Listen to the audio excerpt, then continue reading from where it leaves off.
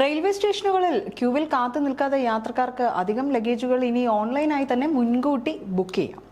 ഇതിനായുള്ള പുതിയ ഒരു ഓൺലൈൻ സംവിധാനത്തിന് ഇന്ത്യൻ റെയിൽവേ തുടക്കം കുറിച്ചിരിക്കുകയാണ്. www.parcel.indianrail.gov.in എന്ന വെബ്സൈറ്റ് വഴി നാളെ മുതൽ അധിക ലഗേജ് ബുക്ക് ചെയ്യാം. യാത്രയുടെ വിവരങ്ങൾ, അതായത് പുറപ്പെടുന്ന സ്റ്റേഷൻ, ലക്ഷ്യസ്ഥാനം, ട്രെയിൻ നമ്പർ തുടങ്ങിയവയെല്ലാം നൽകിക്കൊണ്ട് ലഗേജിന്റെ വിവരങ്ങൾ രേഖപ്പെടുത്തുമ്പോൾ പോർട്ടൽ വഴി നിങ്ങൾ അടയ്ക്കേണ്ട തുക അറിയാൻ സാധിക്കും.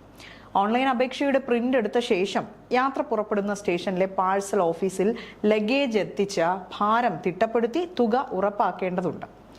തുക അടച്ചു കഴിഞ്ഞാൽ പിന്നീട് രസീത് ലഭിക്കും. ആ രസീതുമായിട്ട് നമുക്ക് യാത്ര ചെയ്യാം. ലക്ഷ്യസ്ഥാനത്ത് ലഗേജ് കൈപ്പറ്റാൻ ഈ രസീത് ആവശ്യമാണ്.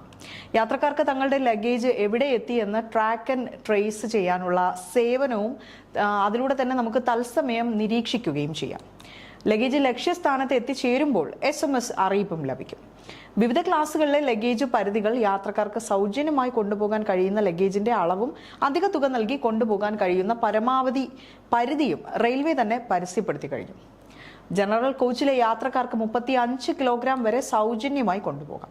കൂടാതെ 70 കിലോഗ്രാം വരെ നമുക്ക് അധിക പൈസ നൽകി കൊണ്ടുപോകാനും സാധിക്കും. സ്ലീപ്പർ ക്ലാസ് യാത്രക്കാർക്ക് 40 കിലോഗ്രാം ആണ് പറഞ്ഞിരിക്കുന്നത്. അത്രയും നമുക്ക് സൗജന്യമായി കൊണ്ടുപോകാം. ശേഷം 80 കിലോഗ്രാം വരെ അധിക ചാർജ് നൽകിയും കൊണ്ടുപോകാൻ സാധിക്കും. AC 3 ടയർ അല്ലെങ്കിൽ AC ചെയർ കാർ കോച്ചിലെ യാത്രക്കാർക്കും 40 കിലോഗ്രാം വരെയാണ് സൗജന്യമായിട്ടുള്ളത്.